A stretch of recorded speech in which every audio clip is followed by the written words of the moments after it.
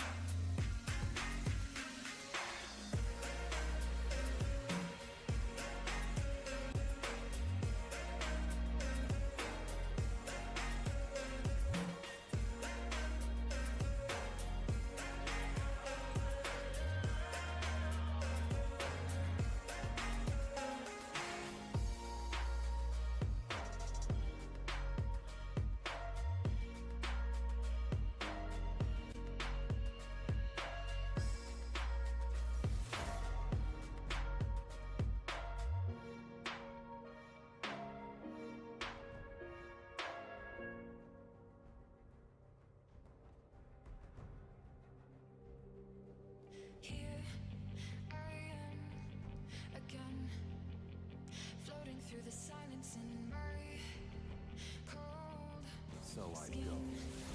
My body is wearing thin. I feel slowly, I'll never win. Right. My body is wearing thin.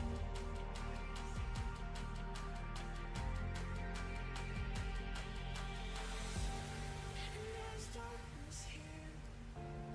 The whole world I fear. In my room I seem to drown. Won't let them take me down. Won't let them take me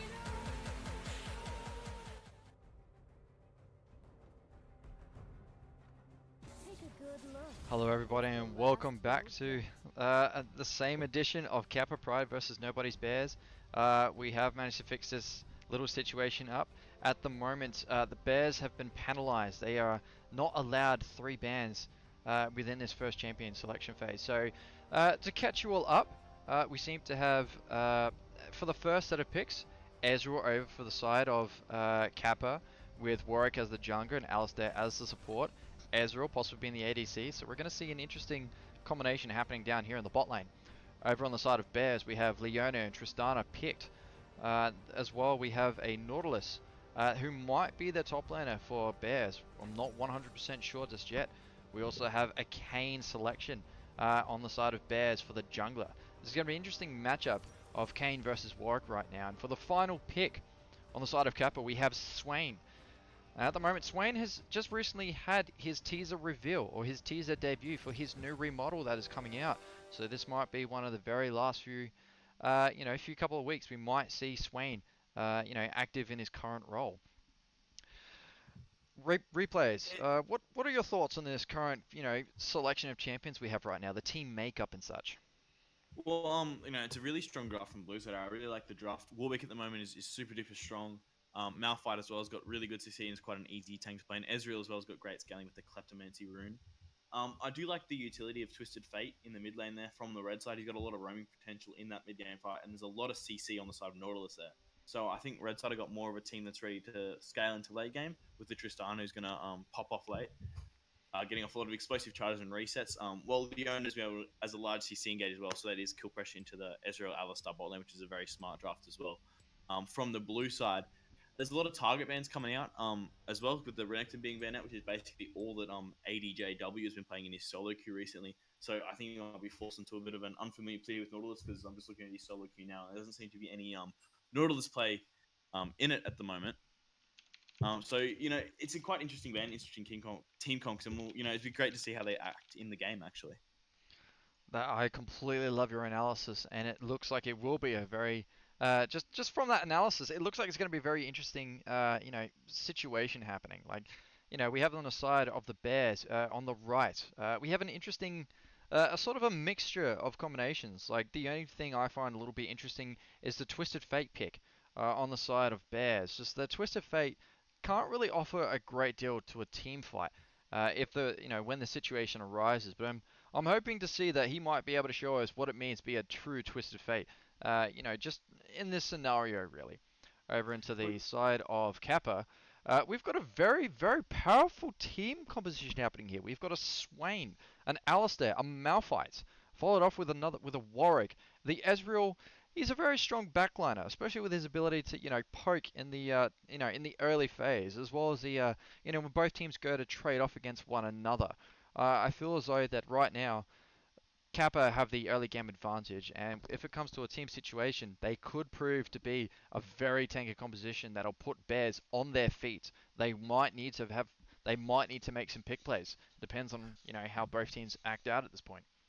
Yeah, well, I'm really interested to see this Twisted Fate and Swain matchup, as Swain has a lot of CC in his kit with his root, and he's got good lane control. But Twisted Fate does have excellent roams, one of the best in the game, which is why he's actually really popular in Korean solo queue, just because he's global map presence early. Warwick falls off really, really hard, and Tristana does outscale Ezreal. So you're right in saying that Kappa does have the early game advantage, but Kane is a very interesting pick as well. His Shadow Assassin form right now is extremely strong, and the amount of lethality he gets from that form, especially being able to go back into walls and get healing in the middle of team fights, is going to be interesting. I think they've gone more for a pick comp here on the red side, but they do have some team fighting potential there, obviously, in the Nautilus and the Tristana in the late game.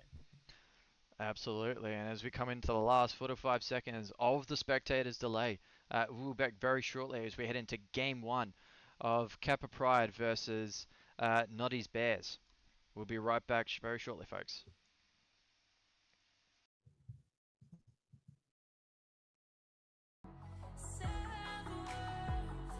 Need someone to come reconstruct it.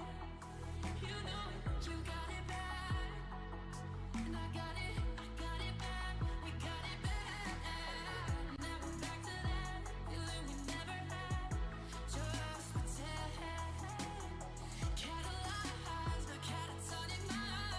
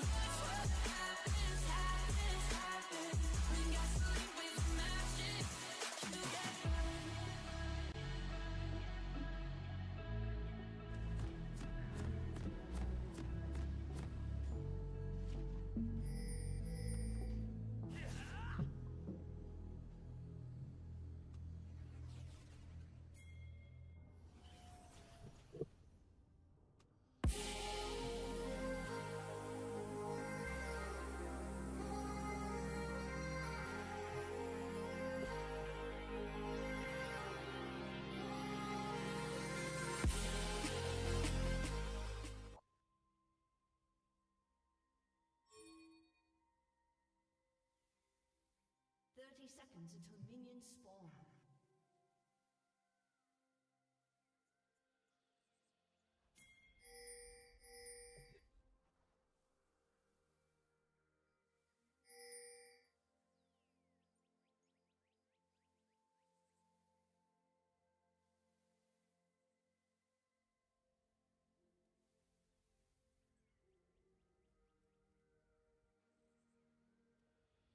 Minions have spawned.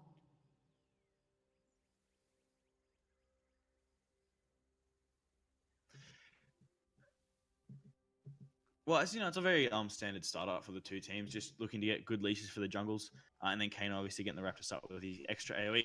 I'd like to draw attention to the itemization for the ADCs. Both of them opting with health pots rather than the refillable potion, especially with Ezreal going with they got the double relic shield lane in the bot lane, where Tristana who's opted for the more early game start with the Dorian's ring. So Ezreal will have a lot more gold generation early, especially with that Kappa. Very good analysis. We're coming over into the bot lane. We see a tri-bush engage happening right there. Tristana coming over with the explosive charge, getting the pressy attack out. The ignite has been used, as well as the heal from Ezreal. That is 2 summoners down on side of Ezreal. Tristana and Leona both have summoners down each, a flash and ignite. But it is, that was a very good trade between the two teams. But unfortunately, Ezreal managed to get away with the skin on his teeth, and they are pretty much. Ezreal has actually had to go back to base to replenish his health, which is putting him a little bit behind in terms of gold and XP. Over towards the mid lane, we see a slight trade between Twisted Fate and Swain. Very close trade. Both lost an even amount of health. Twisted Fate did have to fall back a little bit, giving Swain that early advantage. On the top lane here, we seem to have a slight little trade of our own again. Coming in by bombing, coming in the background to get that flash onto Nautilus and secure it. Oh, but unfortunately Nautilus managed to get that first kill onto Warwick in this early stages of the game. That is already the first kill within 3 minutes of the game. That is putting Nautilus ahead by a little bit, as well as giving him blue and red buff. Quite an unfortunate turn of events. The gank was very efficient, but with that flash out and Warwick flashing in to try and secure the kill, unfortunately did not work well in his favour. Yeah, definitely dove too far. It would have been nice to see better pathing from the Warwick as well. Obviously, has no dash in his kit, so it was a bit of a poor, gank route there, and also, we're definitely committing way too hard for Nautilus, who has a lot of CC in his kit. But obviously, going back to the Ezreal being put so far behind now, the reason why Klepto Ezreal is so good is because the extra gold he gets from Kleptomancy and the extra lane staying power he gets from the pots and stuff allow him to get a lot farther ahead a lot quicker. So now he's been put behind by this early trade we saw there from the Tristana and the Leona. It means they're going to have a lot more pressure in this lane, and Ezreal's going to have to use that Kleptomancy to catch up rather than push himself ahead. Oh, coming in with a Zealot Blade. Ezreal gets caught out by Leona. The explosive charge has been placed on Ezreal, but Ezreal pushes away before she can start getting those stacks. A very aggressive trade-off from the Bears. Coming over towards top lane, we see another trade-off happening, and a second attempt at a gank from Bombing. Bombing comes in and manages to feed him in the opposite direction and securing a kill for Cataclysm. That is now an even trade for Cataclysm and Nautilus. Cataclysm is now starting to actually get ahead. That farm is getting very close to one another. Nautilus is actually, with that death, Nautilus is actually cashing in on that gold he's accumulated. Now all he needs to do is return back to the lane. Will he use his teleports? No, he is just going to make the casual run back to lane. He will be, put a little bit behind, missing out on the extra gold and XP. But that's alright. Nautilus might have something up his sleeve. The lane is slow pushing into top side, so he won't miss too many minions. Maybe about, he'll miss maybe that cannon minion there, but that's about it. So it's worth holding on to that teleport for, not losing the advantage. Giving the advantage over the Malphite, who did have to blow his after that early first gank from Warwick. But it's a great return gank from the Warwick there, knowing that, Nautilus summoners are down. So, and it's smart from him coming in here to get the second gank onto the Nautilus, as we see Kane also around top side might be looking for something up there as well. Let's talk about looking for something. We seem to have a selection of pings happening from the Bears, especially around the bottom river. It looks like they might be, looking to ward there. I don't know. There is a lot of fog of war happening, down in the bottom river, which can be a little bit questionable on the side of Bears, as they have very minimal vision. In the mid lane, we see Itachi coming after Denikuru, getting that early game push against him. you know, at Warwick coming in from behind once again. Warwick is being very aggressive, very attentive. He's been very successful with his ganks at the moment, being able to close in on the enemy laners. The first attempt was a little bit unlucky by dying underneath the turret to AWJ. But the second time around, he gets the kill and secures up for Malphite, transferring the red and blue buff, as we can see, to Cataclysm. So that red and blue buff is staying alive for a very long time. Another hook in from Nautilus, giving it an even trade-off. Nautilus, unfortunately, comes out a little bit more scathed than Malphite due to the red buff advantage. You know, going back to the middle, it was a great gold card from TF there to escape, and he's going to back now. I think he is a little bit ahead in CS to the Swain. Oh, they're basically even. We'll lose out a little bit, but he does have TP to get back to lane, obviously. But that is the flash point from him in a trade followed up by Swain just after that. So Warwick will be looking to come back mid, as Nautilus is also quite low top.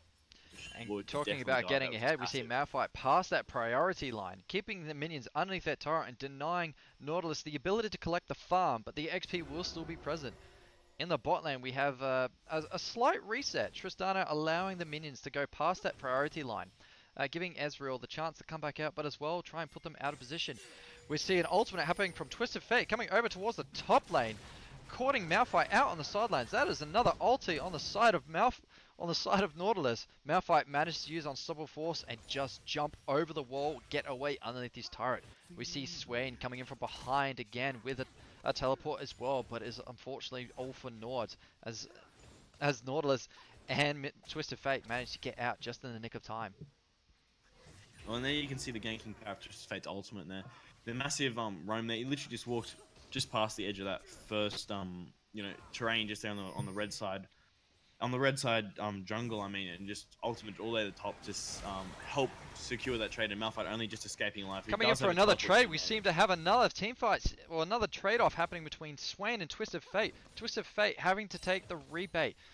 He may have had the mana advantage as well as the health, but Twisted Fate has now blown all of his abilities with no mana left in his reserve. Swain still forcing to retreat back a little bit, being a little bit passive. The teleport coming back from Malphite, being able to defend himself. Nautilus coming in with the attempt onto Itachi. Itachi managed to snare him and slowly gets away. That flock is really proving to be very efficient in saving his hide right now. And that's why Swain's such an interesting pick. He's got such a strong landing phase with all those, AoE, big AoE spells that he has there, especially with the on the grid to pick up the minions, and it really zones off his opponents. And it's a smart rotation here from blue side with Malphite going mid while the Swain is still stuck top. To really shove that wave in and deny CS, maybe some desire some CS to the Twisted Fate. He seems to be CSing quite poorly at the minute. Absolutely, but as we all know, Twisted Fate's passive allows him to slowly, it allows him to be behind a little bit in CS, as long as he keeps up those passive farms. As long as he can keep that gold accumulating, he will never be far behind the enemy laner. I'm sure usually it'll start with like a 4 to 5 minion gap between him and his enemy laner before things start getting a little bit treacherous. After that, it's just you could be 50 farm ahead and still Twisted Fate will be on your tail with that passive gold catch. It is a gigantic, it is great, a gold generation tool. It's a little bit like Gangplank's passive as well. I mean, Q passive. So he will also be caught up, but then again, I will see Swain and Twisted Fate aren't really like meta picks at the moment. Oh, coming in with a pick. Leona comes in with the Zealot Blade, catching Ezreal off. Ezreal jumping out of the way. Alistair managing to flock them all away and getting away with his ultimate active, soaking up as much damage as possible. Bombing coming in with another gank onto Kane, taking the kill with their infinite duress. That is a double flash happening from Leona and Warwick, but Leona manages to get away with the ultimate. Oh, sorry, ultimately managing to get away with that flash. Warwick was close in behind, but just could not keep up. That sense of blood was just not enough to keep him in the fray. And you see the mid lane is both roaming down there as well. A lot of vision now for the red side in that bot side river as we were discussing earlier, which means they do have control over this early mountain drake. They wish to take it over Warwick. I mean, Kane is dead, so it'll be interesting to see what they do there, but they're just going to back off instead of moving towards that early dragon.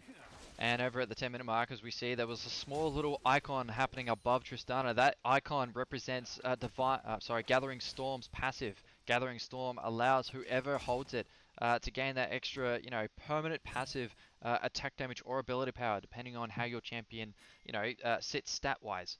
Malphite has pushed the Moons past that priority line towards the turret. They are attacking the turret. He is making himself, he is making a round in that top river, trying to keep the vision alive on the side of Noddy's Bears. Sorry, no, I'm sure, yeah, Noddy's Bears is on the, no, wait, Noddy's Bears is on the right, and then we have on the left, we've Bears got are Kappa red side. Pride, Bears Kappa are red Pride, side, sorry, yeah. yes. I completely lost my mind for a second there, everybody. I apologize for this. I think it's interesting that Tristana does have Gathering Storm because it does mean she misses out on the extra healing in the domination tree. Usually you see ADCs taking I believe it's Taste of Blood the mastery, the extra lifesteal, the 2 lifesteal masteries anyways. Because it's all about surviving this meta. It's not about pumping out as much DPS as possible. It's about keeping them alive and getting consistent damage out. Absolutely, and I believe the 2 healing items, the 2 healing runestone items you were talking about is Taste of Blood as well as Revenous Hunter. Revenous Hunter is more efficient towards ability-based champions. Although coming over towards the top lane, we see Malphite getting trade-off / hooked by Nautilus into a sort of fight situation. Unstoppable Force coming into the play here, not forcing Nautilus up. Warwick is coming in from behind once again, continuing the trade, get that press the attack off, gets hooked back into the fray. Kane manages to get the swipe in with the slow, coming in with the infinite Duresh, but manages to get himself out of the fray with the ulti. Continues the fight, takes down Warwick, and then unfortunately gets taken down by Nautilus. Gets taken down by Malphite. Malphite unfortunately gets taken down in the end by Nautilus. Quite the clean trade-off happening in the top lane with a 2-kill advantage towards the side of Noddy's Bears.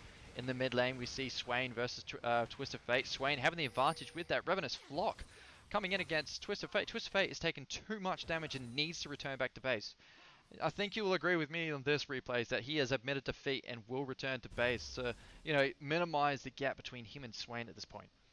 Oh, and that is the nature of Swain's laning phase. He's quite a strong laning phase, especially as I said before, those AoE roots he has in the Crow as well. And it's a shame that obviously the top lane is very, very active, but I feel like even though Nautilus has a slight CS lead and also a higher kill participation rate, it's a Nautilus. All he's going to do is just get tanky anyways, and he'll become unkillable by the about 20-minute mark regardless. So it is good that there's being gold trade onto there, but I believe the gold's more useful on the Malphite because he does so much damage with his ultimate in those late game team fights with just some AP optimization, or even without the AP ratio on it.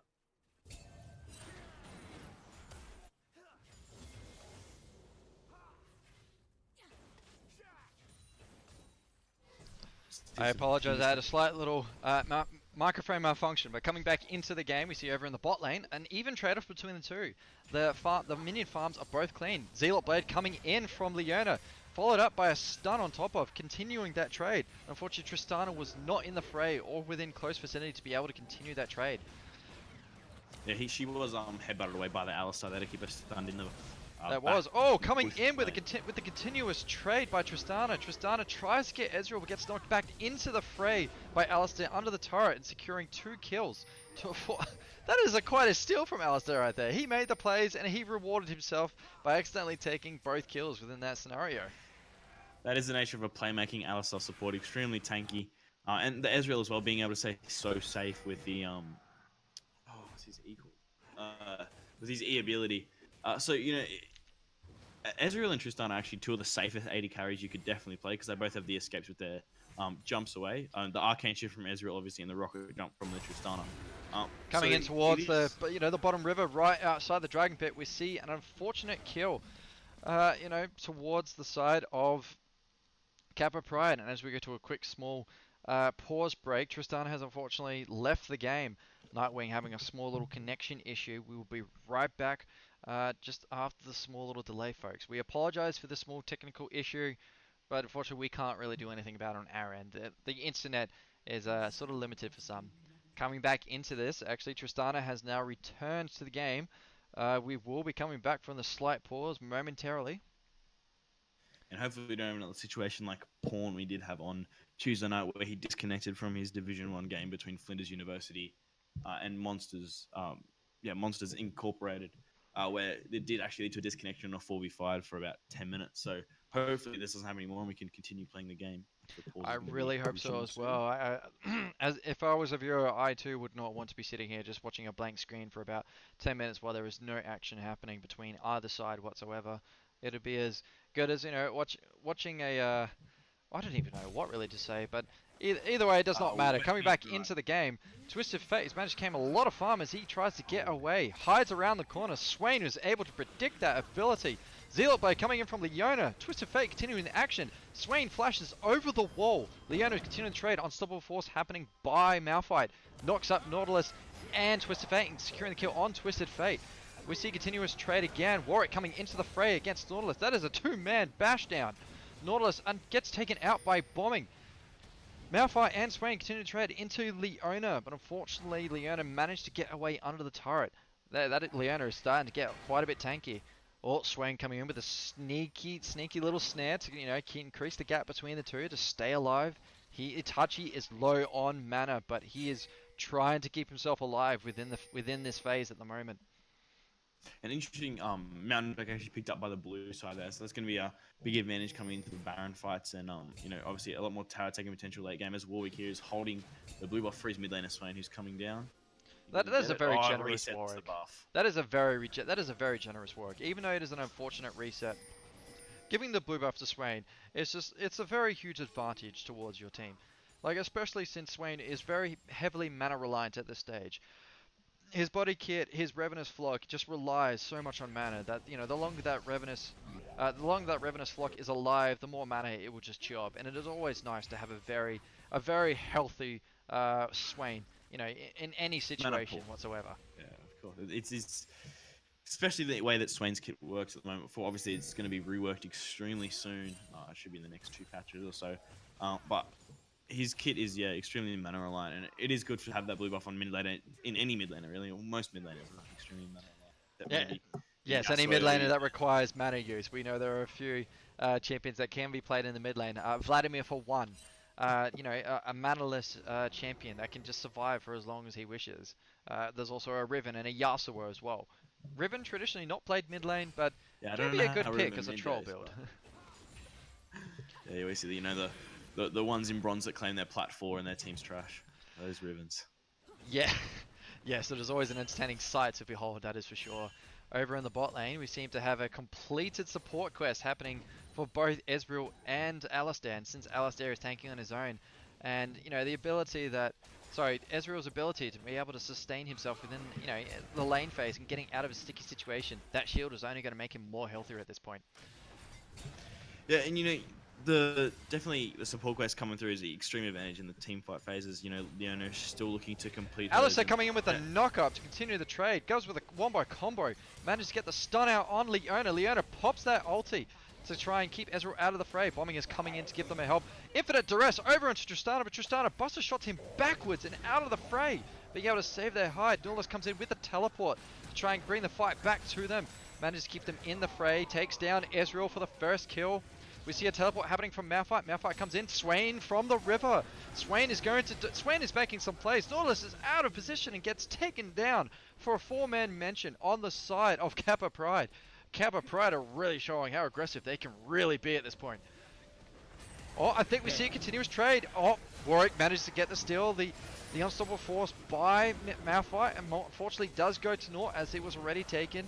Kane coming in with the attempt, manages to get away. Ultis again stay in the fray. Swain coming in against Tristana, takes down Tristana, continues, turns his back towards Twisted Fate. Is he going to take down Twisted Fate? That crow is really being loud, and he's completely paying off right now. Swain continues to trade, keeps coming back and forth. He is making plays, but unfortunately just dies to that little debuff. Swain continues to trade over towards the East River near blue. Starts running away. Warwick smells his blood and is coming for the feast. That is an extremely extended trade. May not still be over, as Warwick does pick up a double kill in that fight. That's an extended 4-0, I believe. 5-0 in that trading extended play, and a blue buff steal as well coming over, getting more mana to the Swain. You can see the advantage of having such a tanky team with the Swain, Warwick, and the Malphite all having big health pools at this point.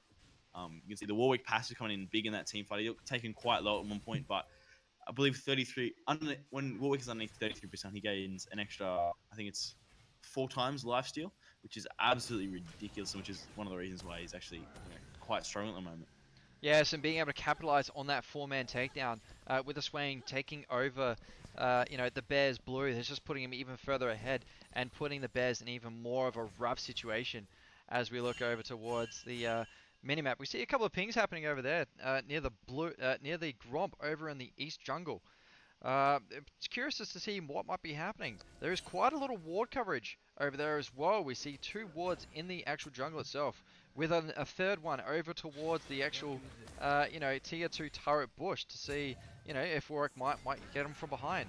We unfortunately will have to go to another pause. No, we might not actually need to. Tristana having slight connection issues.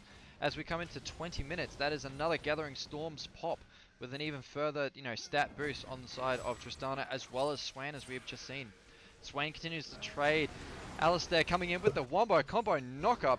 Warwick coming in with the attempt, but gets knocked up by Noddys. Noddys gets taken by the unstoppable force, and that continues the trade. Press the attack is active. That is 12% bonus. Tries to hook himself away to the turret, but unfortunately is not within range. That is another kill to Kappa Pride right there. They're really showing how pride they are as Kappa fans. And it is quite interesting, 20 minutes and we haven't even a first turret play yet. So this is quite an extended laning phase. So you can really see the impact of how much bombing has been playing so much better than Mad Dog. I haven't really seen many ganks whose counter ganks have been right active, as well as him going to the dark form, which is quite interesting for a gank because I do believe Shadowfall is currently a little bit stronger. We apologise for the slight little disturbance, folks. We seem to be having a slight little connection issue with replays. He will be joining us back within a moment. He's just fixing himself up. Are you back with us, replays? I am back. Welcome back to the fray. Welcome back to the fray. First turret has gone down to the top lane. Malphite has claimed that first turret bonus to start off. We see another continuous trade. Swain into Twist of Fate. Twist of Fate's yellow card managed to stop him in his tracks, but takes a bit of flock damage. We seem to have quite the slight reset between both lanes. Isn't that right, replays? Yeah, it is interesting, especially now that top lane turret going down. You see, red side has got a lot of vision control, deep, defensive vision control, which is a bit odd setting up before. Obviously, that turret got taken, but now you're looking to see blue side coming and setting a lot of vision around the Baron there, especially with that turret being down. I'd be interesting to see. Obviously, they're not as Ezreal and Alistair are heading back to lane now, but I would like to see them swap lanes, put the Malphite down there to, especially because Suki with that bot side tower, it's extremely low. Once they get, that tower and then maybe mid lane tower as well, it would really see them open up the map and be able to take control of this game.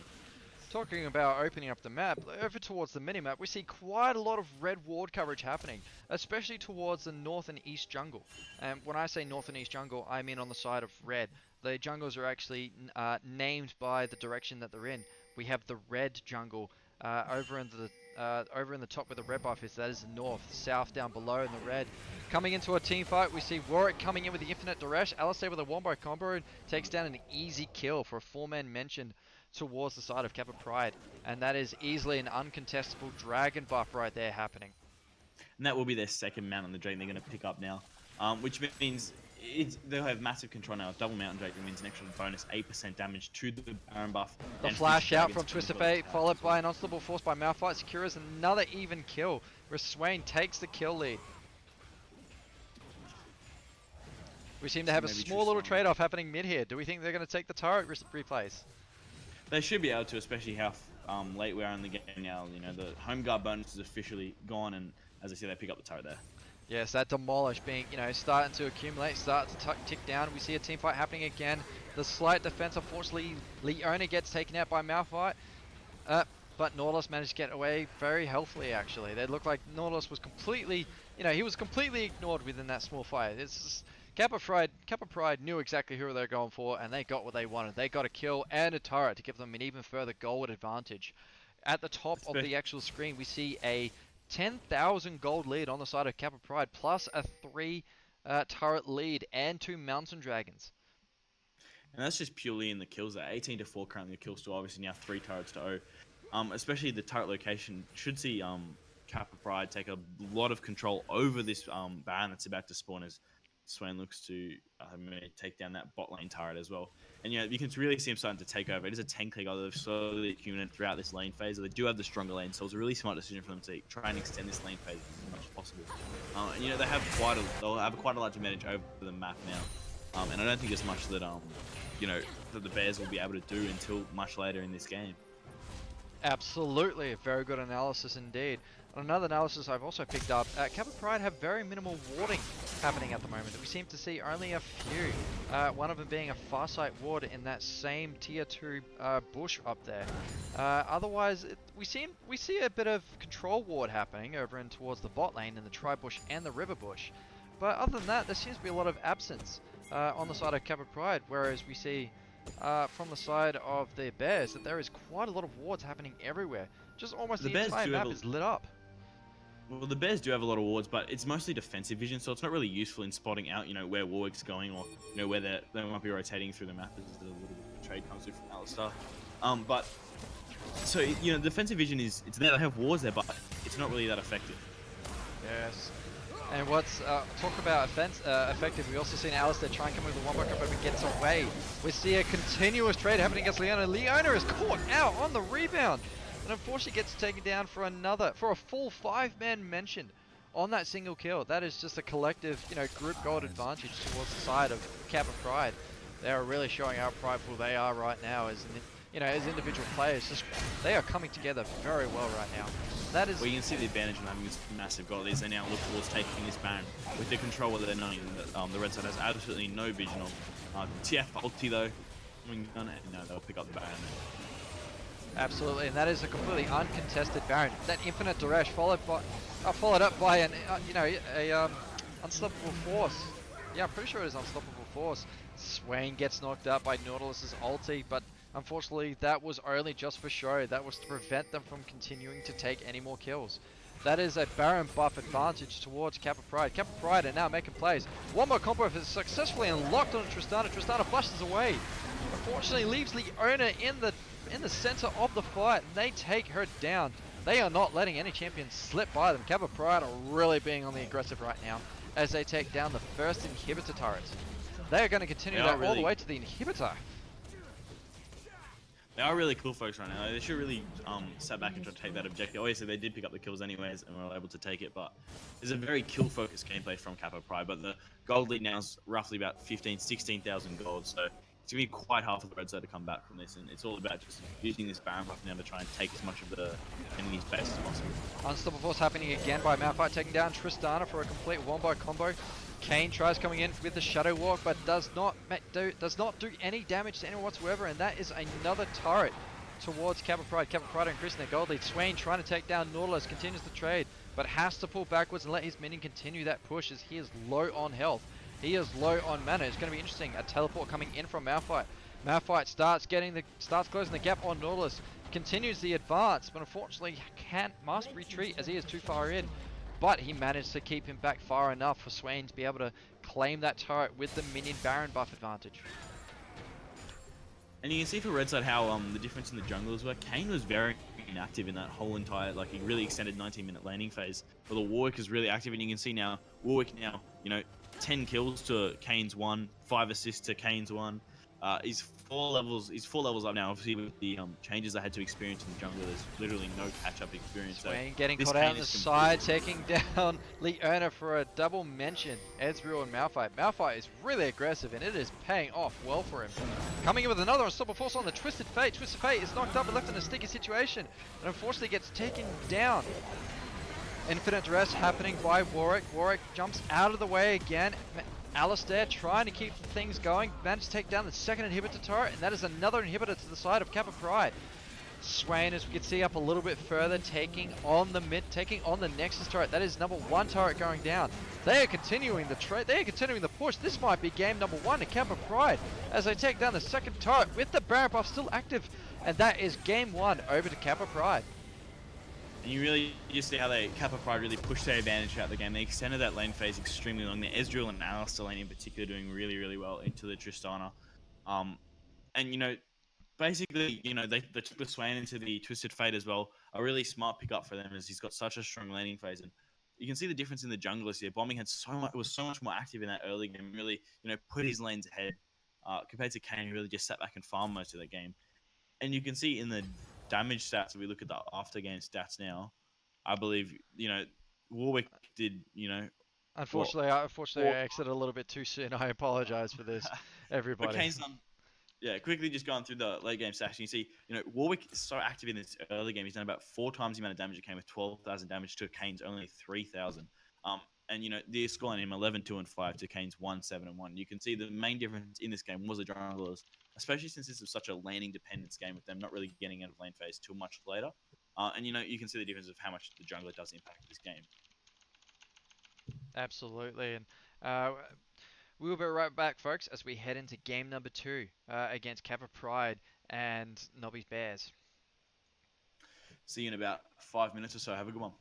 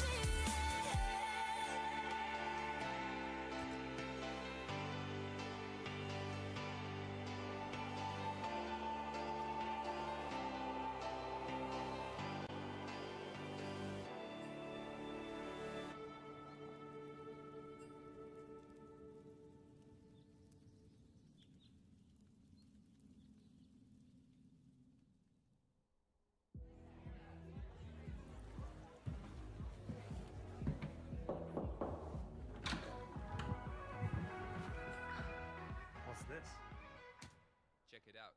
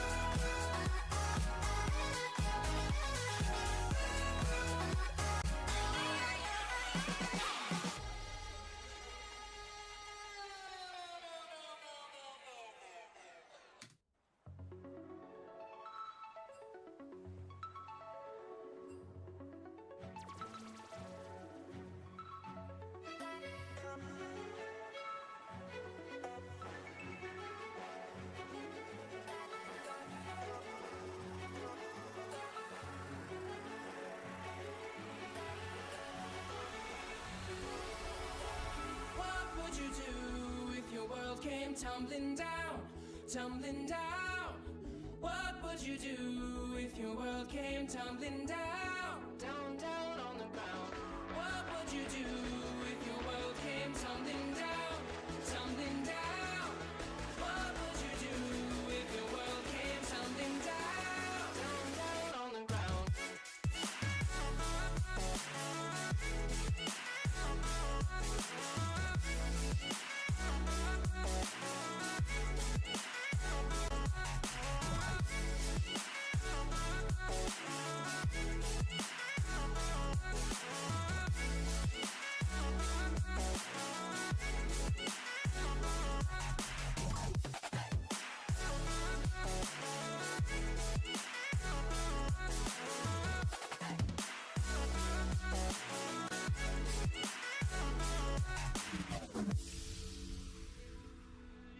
Every day is a new dream.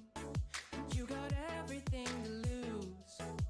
Every late night makes me lose my mind a little more. It's been a long 4 weeks in the city, trying to teach myself to fly. Hoping one day you'll be rolling with me. Now you're gone. What could you do if your world came tumbling down, tumbling down? What could you do if your world came tumbling down, down, down on the ground? What could you do if your world came tumbling down, tumbling down? What would you do if your world came tumbling down, down, down on the ground?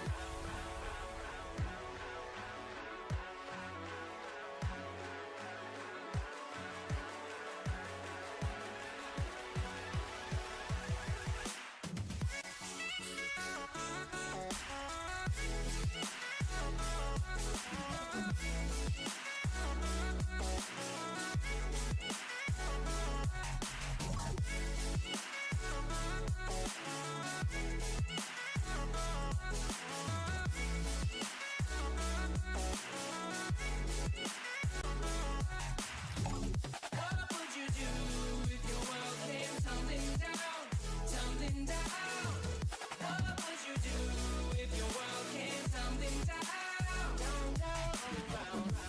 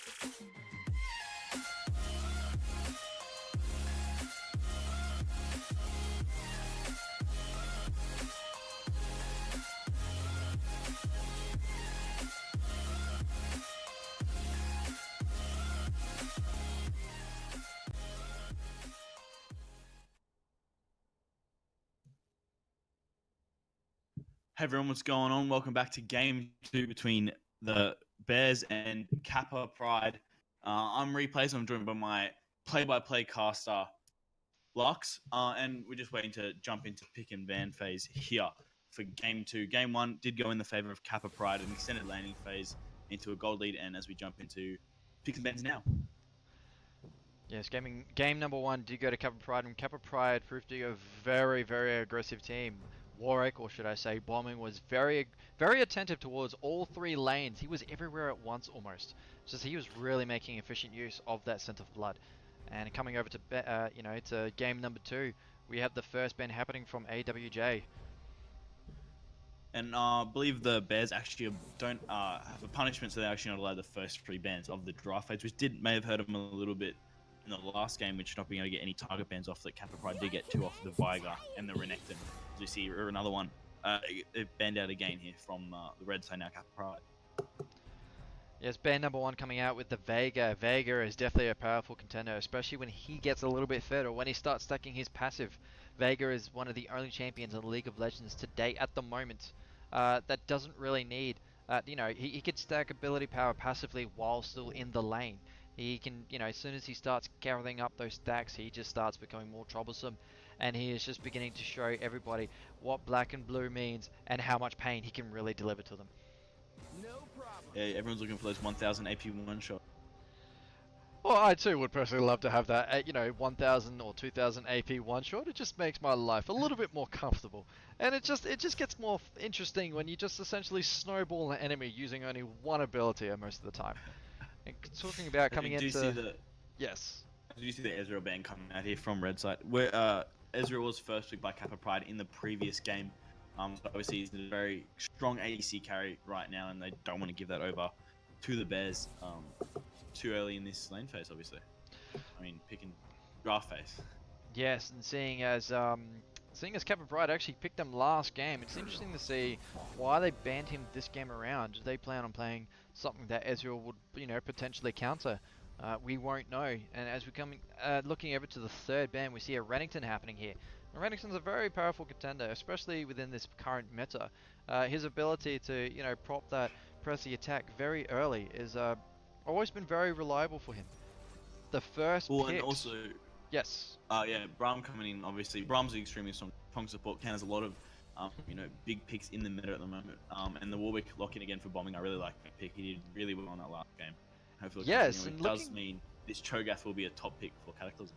Yeah, so far that is a second, double tanky combo happening right there. We have a Cho'Gath happening with, the continuous CC as well. His ultimate is also the only ultimate in the game as well that is based on, that only does true damage. So essentially you cannot do anything against that. The only thing you can really do is just stack my health. There's nothing else you can really do about it. There is no getting around that true damage unless you have more health. Well, especially as we see the Zylock, and it looks like, Kappa Pride this game we're going for an extremely 5v5 focused team comp. Zaya at the moment is one of the, premier AD carries along with Tristana and Vayne as well. The great crit scan I have now that she's a lot more safety in the lane phase. Obviously, Olaf and Barris locked in for the blue side. Zoe Band coming out there. He's an extremely strong pick at the moment. The ability just to, delete people off the mat is obscene from Zoe. Absolutely, and the sole objective of the ban phase historically is to get rid of the champions that you don't want to face throughout that game, whether it is on your team or the enemy team. I, for one, can certainly, justify that in the lower ranks, especially ever since I think it was Season 5, when the meta at that time was to pick just the highest win rate champions, or the best win rate essentially, and those champions would include champions like Yasuo, Fizz. Only because either you don't want the enemy to have them, or you don't want an ally to have them, as they try to become, the one-trick pony that, they sort of like the skill in becoming, in the early times of League of Legends. Yeah, of course. And I would like to highlight the Olaf pick here for Mad Dog. He did pick Kane in the last game. He didn't really have... I don't think he did... He might have 2 counter ganks the entire game, but besides that, really sat in his jungle. So Olaf is a lot more ganking-focused pick, looking to get ahead in the lane phase. So I'm liking this pick. Maybe has a little bit more influence and, sort of restrict the influence that Warwick does have on this game. The other bands coming out are Ornn, which is basically... is a really nice band because Ornn is basically a free win, free lane one with his lane staying presence is absolutely, unmatched by any other. Rakan and Alistar both coming out. I think Briolu did really well on the Alistar last game with that Ezreal bot lane. So, it is a nice band coming out. And Wukong is an interesting pickup. I believe it'll be going mid with Itachi.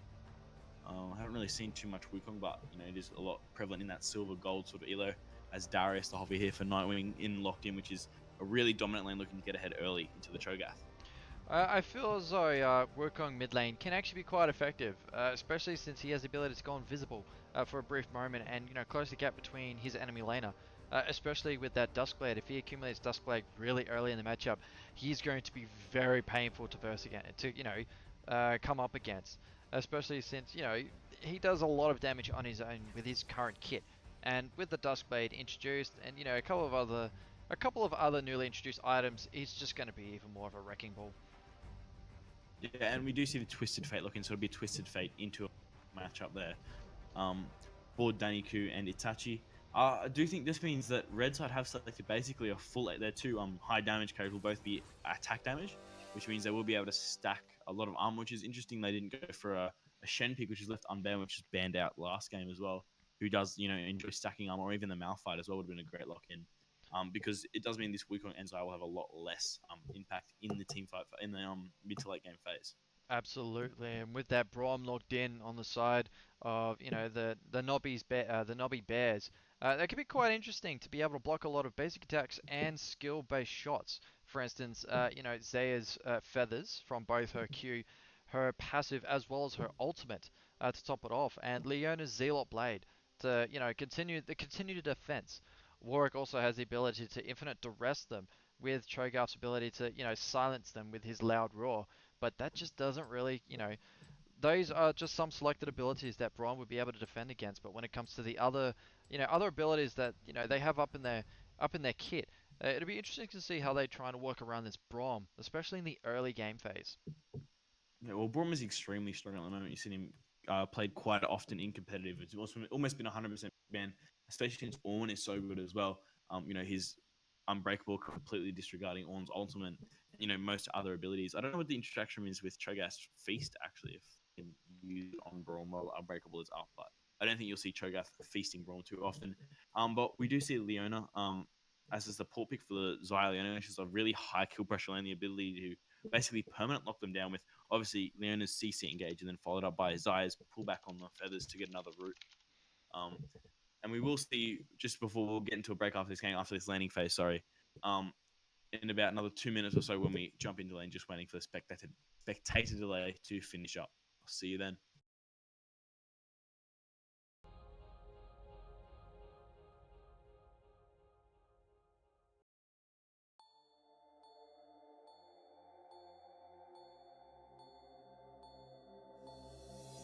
Empty, can my feelings change?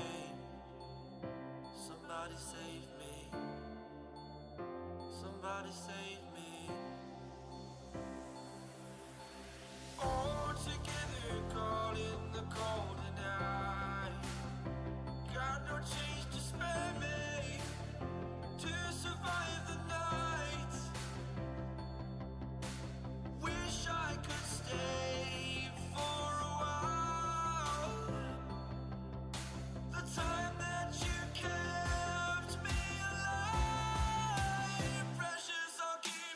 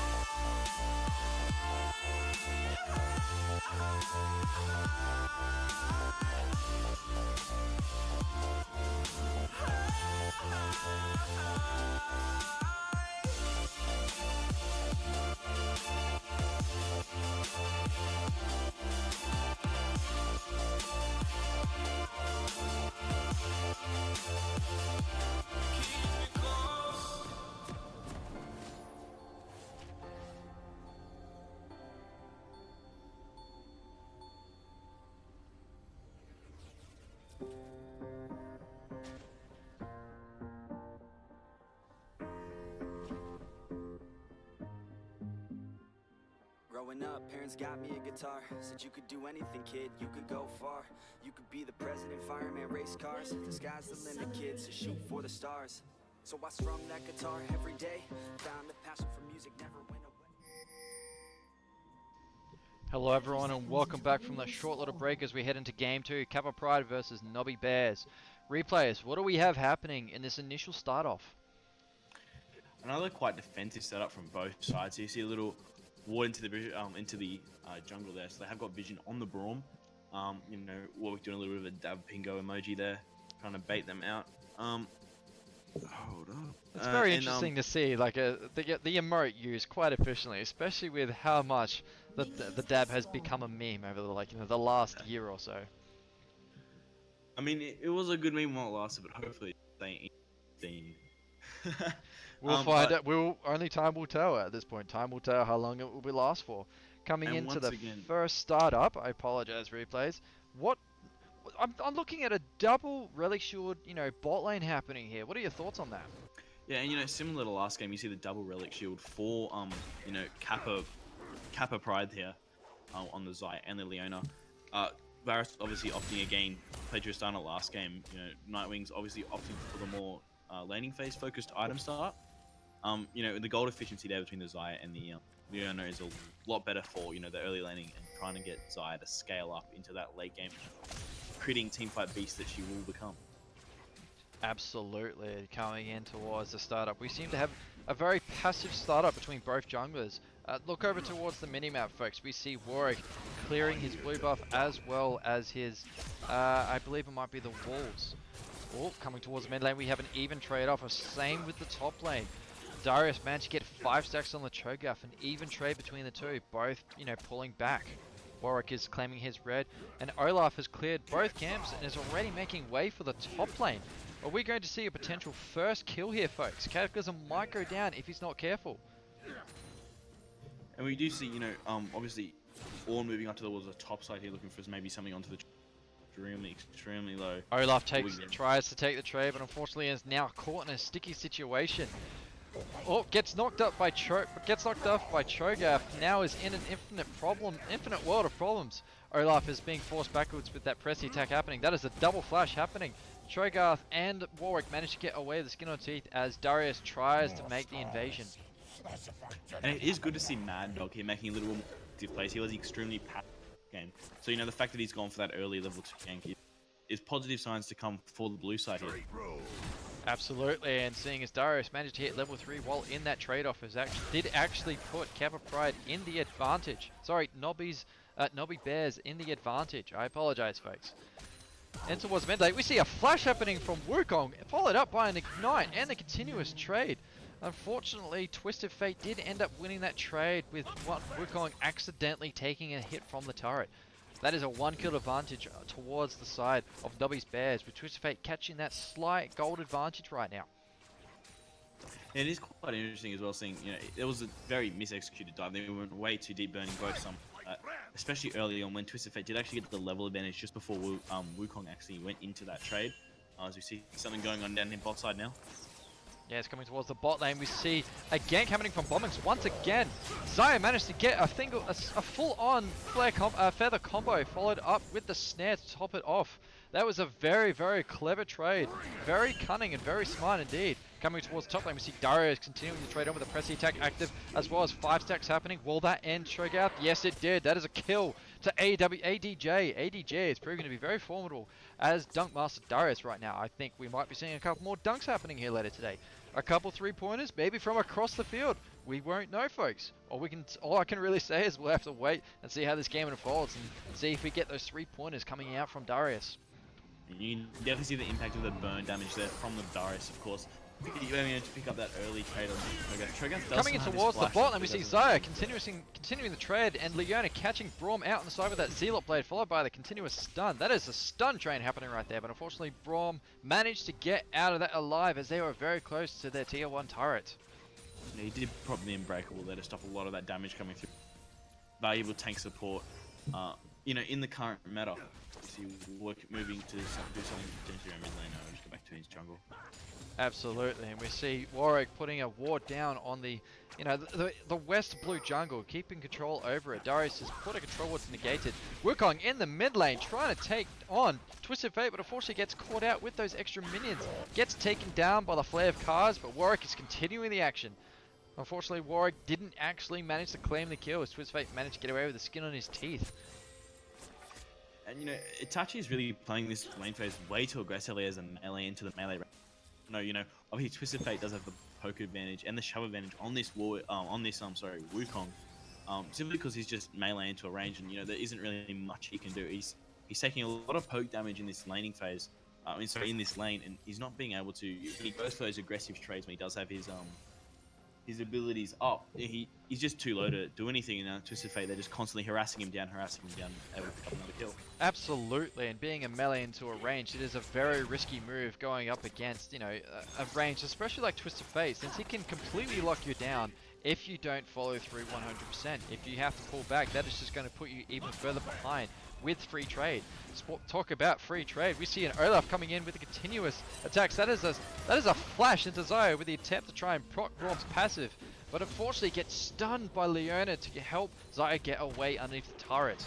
A very formidable trade on the side of Olaf, but unfortunately Leona managed to prove to be the big victor with her, her stunnable kit.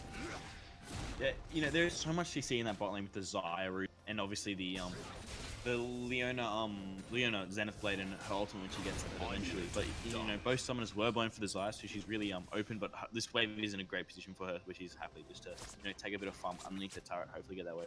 Absolutely, and as we see here, the minions are now past that priority line for Noddys Bears to actually get complete control of the lane and be able to pull back freely. We see Wilco making another aggressive attempt onto Twisted Fate, goes into the shadows, comes back out with the ulti to knock him up, but just managed to get away.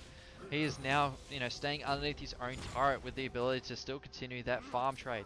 He is not willing to go back to base yet. He knows those minions are coming and he wants to claim those minions. Yeah, and that is obviously the ultimate down there from the Wukong there. That was a very good trade with those cards right there. Wukong comes in with the trade to try and get that ignite off. Unfortunately, takes a little too much damage and is forced to retreat. Both of them are very low. Now it comes down to see who can kill who first. Darius is proving to be very formidable top lane, especially with those stacks accumulating onto Cho'Gath. Cho'Gath is taking too many free hits. Wukong is looking for something to do. Is he going to come from behind? No, he's just going to continue his trade into the bush. No, he's actually smelling the blood. He sees him in that bush. Is he going to do something? No, he's only going to take those minions right there and reset that lane farm. TF just using his ultimate to get back to lane there.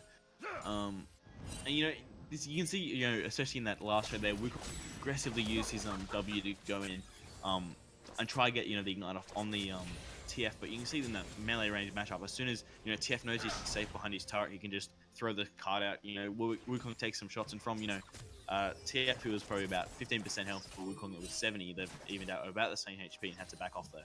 Absolutely correct, and that gold card is always a reliable, reliable card to switch to. Leona catching Braum out with the Zealot Bay, continuing with the stun, has now ultied on top of Varus to claim a very early kill. Zaya has been caught out with the 4 proc on the passive. He is being continuously traded. Twisted Fate comes in for the teleport, takes down Zaya. That is now a 1-for-1 trade, as Leona managed to get away with the skin on her teeth, seeing as she is in an impossible situation right there. I mean, again, see Darius is he's a really smart pick into this Cho'Gath. It was a little bit of a weaker laning piece. Darius obviously really trying to bully this lane hard, and Warwick is also sitting around this top side quite heavily, maybe looking for something here onto the Darius himself. Focus our attention towards the actual creep score. Between Darius and Cho'Gath, there is at least a 30-minute advantage towards Darius. Darius has already got 1 kill, so having that CS advantage is going to put him even further ahead. But being further ahead, right now Warwick tried to catch him off from behind, has now flashed and feared him, continues to trade, gets caught out. Darius just manages to go under as Warwick gets him with that final bite and gets away with the skin on his teeth. Oh no, maybe not. Olaf comes in from behind and finishes him off to claim that easy kill. That is a 1-for-1 trade on both sides. And you can definitely see, Olaf is a lot more active this game. He's already picked up a kill. He's got an advantage in his lane. 8 CS advantage over the Wook. Obviously, yes, it's jungle farm, so it doesn't mean as much. But it is good to see him doing a lot more rather than just, you know, walking around his jungle mindlessly for a bit. And, you know, as I go back to that CS lead, it's now, what, about a 22 CS lead now for the Darius. But it is the nature of Darius. He's got a lot better wave clear, a lot better wave control than the Cho'Gath. And, you know, you can see, you know, how much the AoE wave clear has on Darius. Where he comes in with that early trade, followed by Olaf coming in from behind. Twist of Fate is just using himself as live bait as Olaf continues to trade. Warwick comes in to save a touchy for certain doom. I have also just noticed Twisted Fate versus Wukong. Wukong actually has that 23 CS advantage. Twisted Fate is closing the gap. His passive also closes the gap further. Wukong comes in with that shadow form, dodge, closes the gap with his whacking stick and finishes the kill off, managing to finally take down Twisted Fate as he has so been trying to claim. Yeah, it is a great trade. They're using his, you know, his W there really effectively to, you know, come in after the trade's done. TF thinks he's gone and safe to come and use that stealth and, you know, pick up the kill. Coming towards, directing attention towards the top lane, we see Darius dragging in Cho'Gath, trying to force a trade. He has the minion advantage, so he's trying to make a complete aggression of that phase. He managed to push Cho'Gath behind the turret, pushing him further back. He might be denied some farm. We don't know. He's trying to use everything within his power to take the farm. Darius is trying to prevent him. Continues the trade, tries to pop the stacks. Warwick has now caught him out from the side with a sense of blood. Contingency attempt, infinite duress onto Darius, getting that press the attack active. Twist of Fate is pumped his ulti, coming in for the defense to try and help take down Warwick. But both sides managed to get out with skins on each other's teeth. This is proving to be very, very aggressive and a very, very tough matchup right now. Both teams are surviving quite well.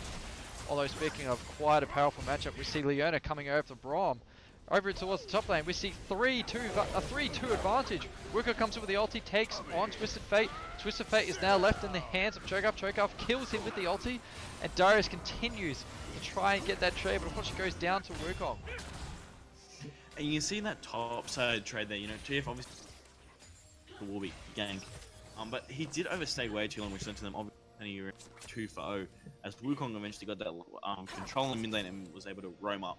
And, you know, TF obviously had the roam advantage, didn't really get much in that time, and he should have backed off sooner. So a bit of a mistake there from the blue side to maybe, you know, give this red side, who now accumulated 1,000 gold advantage. We are even on kills, so it's mainly just a CS lead here. So, you know, it's mainly on Wukong as well. He's picked up a couple kills as compared to, you know.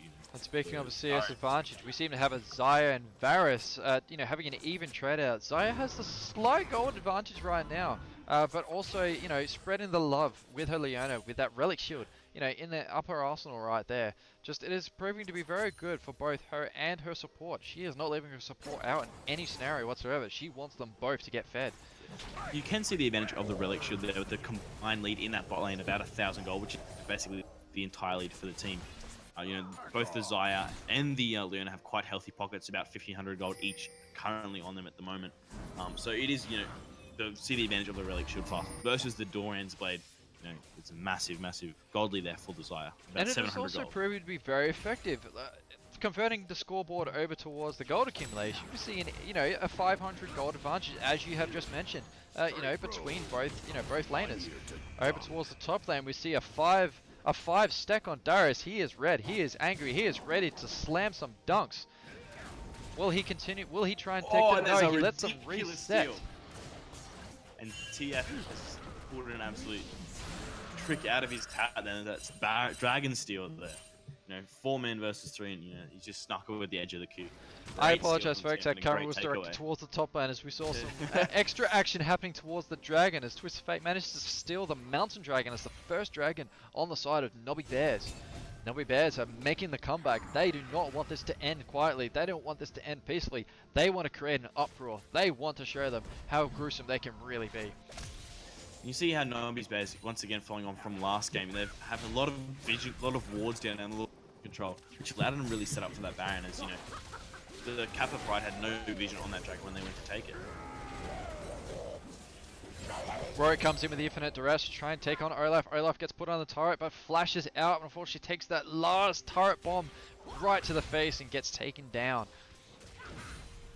This is proving to be quite a very interesting matchup. There was only a I'd probably say a 1,500 gold advantage on the side of on the side of Kappa Pride right now, but that seems to be very close. They have the minion advantage, they have the gold advantage, they have the kills, but you know, Nobby Bears are proving to be very formidable. They are trying to keep that gap close and similar. Warwick comes in with the flash to feed him in the opposite direction. Cho'Gath tries to get the knock up, but Darius flashes away. Twist Fate comes in with the defense, but unfortunately just does not make it in time. That was a very close trade-off happening up in the top lane. Both lanes are proving to be very powerful, very formidable, and both being, you know, they're very, I can't find the words for this. My tongue is tied here. They are both being very efficient. They are being very focused on surviving, you know, getting the kills and surviving. If they don't get the kill, they will retreat. A nice steal from Wukong. Oh no, Wukong did not take the kill. He unfortunately helped them out by giving Twisted Fate the kill. Olaf is now caught in a sticky situation as he takes a 3-man attack. It's ignited. Twisted Fate is getting the free attack on the back. Olaf goes down to Wukong with that ignite still up. Wukong is continuing the trade, taking 2 kills on the side of Kappa Pride. Kappa Pride are now starting to try and increase that gap between them and Nobby Bears right now. Yeah, well, you know, the TF ulti being down is a massive thing, but you see that trade there, Wukong, Warwick, and Cho'Gath all being able to collapse well. You know, Olaf is a little bit low there, and you know, the advantage of that trade, sorry, the the impact that the gold leader you can really see coming through now with the you know, the Wukong especially being 1,000 gold up, the relic shield in the bot lane, allowing them to have about 1,000 gold lead in that lane as well. You can really see the advantages being pushed as, you know, the Darius, which is really, you know, what the Bears wanted to come and play through this to get an advantage early has, you know, the Cho'Gath has really started to catch up now with the amount of kill participation he's got, only about 300 gold behind in that lane, which is the only lane that, you know, they're ahead at the moment. Precisely, and as the game progresses, Xayah is just only going to start coming online. She's going to start becoming more aggressive, as that is now her current kit. You know, so far, Kappa Pride are trying to keep themselves alive. There is minimal ward happening though on the side of Kappa Pride once again in game number 2. Nobby Bears are still trying to do something. Oh, a nice little attempt in towards the mid lane, and unfortunately Wukong is so low, but Twisted Fate is not game to go after them. Coming towards the top lane, we see an unfortunate 2-for-1 trade in the favor of, you know, Cho'Gath and Warwick. Warwick is being still as aggressive as he was last game. He is still trying to make plays. He is still trying to help the team.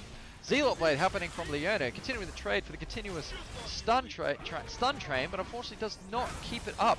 Varus comes in with the ulti and manages to take down Leona for that triple mention right there.